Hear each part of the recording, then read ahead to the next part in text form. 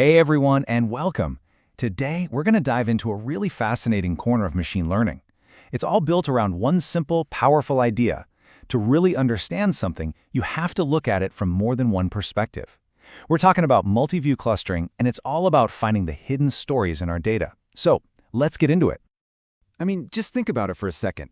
Whether you're looking at a news story, a piece of art, or trying to solve a complex problem, a single point of view hardly ever gives you the whole picture, right? Well, it turns out the exact same thing is true for data. For instance, imagine trying to figure out a whole city with just a road map. A road map is great. It's super useful for seeing streets and highways, but it's not going to tell you anything about traffic patterns or population density or where to find the best coffee. Each one of those is a completely different layer, a different view of the city. And that right there, that brings us to the core problem that multi-view clustering was designed to solve. Just like with our city map, analyzing data from just one angle can be super limiting, and sometimes it can even be flat-out misleading. You see, a single view just can't capture the full richness of what's going on. Let's say you're analyzing a social network. If you only look at likes, you're totally missing the context from user profiles or the content they're sharing. You end up missing all these hidden patterns and relationships, which means your conclusions are going to be shaky at best. So, how do we get that richer, more complete picture? Well, that's exactly where multi-view clustering comes in. It's like taking that traffic map, the demographic map, and the coffee shop map and layering them all on top of your roadmap. All of a sudden, you see the city in a totally new and way more insightful light. So technically speaking, multi-view clustering, or MVC for short, is a way of grouping data by pulling together information from all these different views. And a view is really just a different way of describing the same thing. For example, in medicine, researchers can combine genomic data and proteomic data. Together, those two views give them a much clearer understanding of different subtypes of a disease. And this visual gets right to the heart of it. MVC takes these separate views, you can kind of see them here as individual graphs, and it fuses them together into one unified picture. And this combined view is just so much more powerful. It lets the algorithm find much more accurate, more robust groups hiding in the data.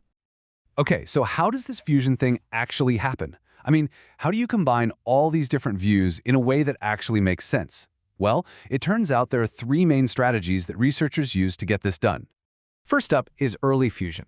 Think of it like mixing all your ingredients together from the very beginning. You take all your customer data, demographics, purchase history, website clicks, and you throw it all into one giant spreadsheet before you do anything else. Then there's late fusion, which is the opposite. You analyze each view on its own, like baking 3 different cakes, and you only combine the final results at the very end. And the third strategy, joint learning, is the most sophisticated of the bunch.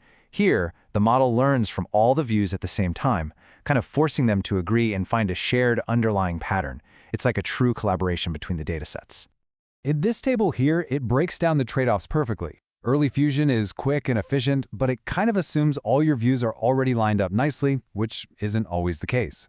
Late fusion is super flexible, which is great for messy or incomplete data, but you might miss out on some of the subtle connections between the views. And then there's joint learning. As you can see, it's by far the most powerful for finding those deep connections, but it's also the most complex and computationally expensive. The bottom line is, there's no single best answer. The right strategy always depends on the data you're working with. And speaking of data, the world is generating more and more complex data than ever before. And what that means is that multi-view clustering has had to evolve, and evolve fast, to keep up with some major new challenges. And these are not just abstract academic problems. That curse of dimensionality?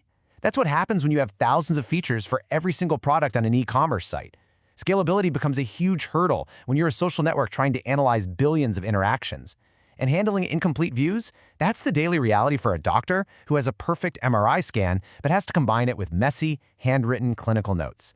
MVC has to be able to handle all of it. And trust me, this is not a niche problem.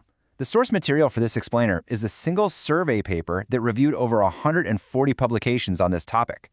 That just goes to show you how active and important this field of research is. There are a lot of brilliant people working on these exact challenges. And they're making real progress. Techniques from deep learning, for example, are now able to find these incredibly complex patterns across different views. And there are these clever new approaches like anchor-based methods that are designed to tackle huge data sets in a really smart way. Basically, instead of analyzing every single data point, they just pick a few representative anchors and map everything else to them. It's a kind of shortcut that dramatically speeds things up without losing the big picture. Okay, so all of this is fascinating from a technical standpoint, but what does it actually mean for the real world?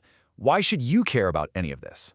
Well, because getting a complete picture of data is literally transforming entire industries. I mean, think about healthcare, where it's leading to way more precise diagnoses by combining scans, genetic data, and doctor's notes. Or look at social networks, where it helps find communities and spot trends with so much more accuracy. In computer vision, it's making everything better, from object recognition to pedestrian tracking. And those recommendation systems we all use every single day, they get smarter by combining our behavior, our preferences, and our demographics. The benefit is just crystal clear. The source paper for this explainer sums it up perfectly, saying, by considering multiple data perspectives, these techniques have the potential to outperform traditional single-view clustering approaches and lead to more accurate and robust cluster mappings.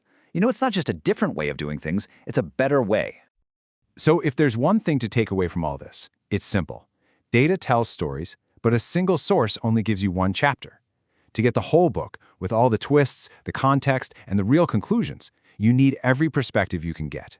A complete view of data doesn't just lead to better insights, it leads to insights you can actually trust.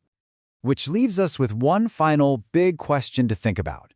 As these tools get even more powerful, what seemingly impossible problems are we finally going to solve once we can truly see the whole picture? Thanks for joining me on this one.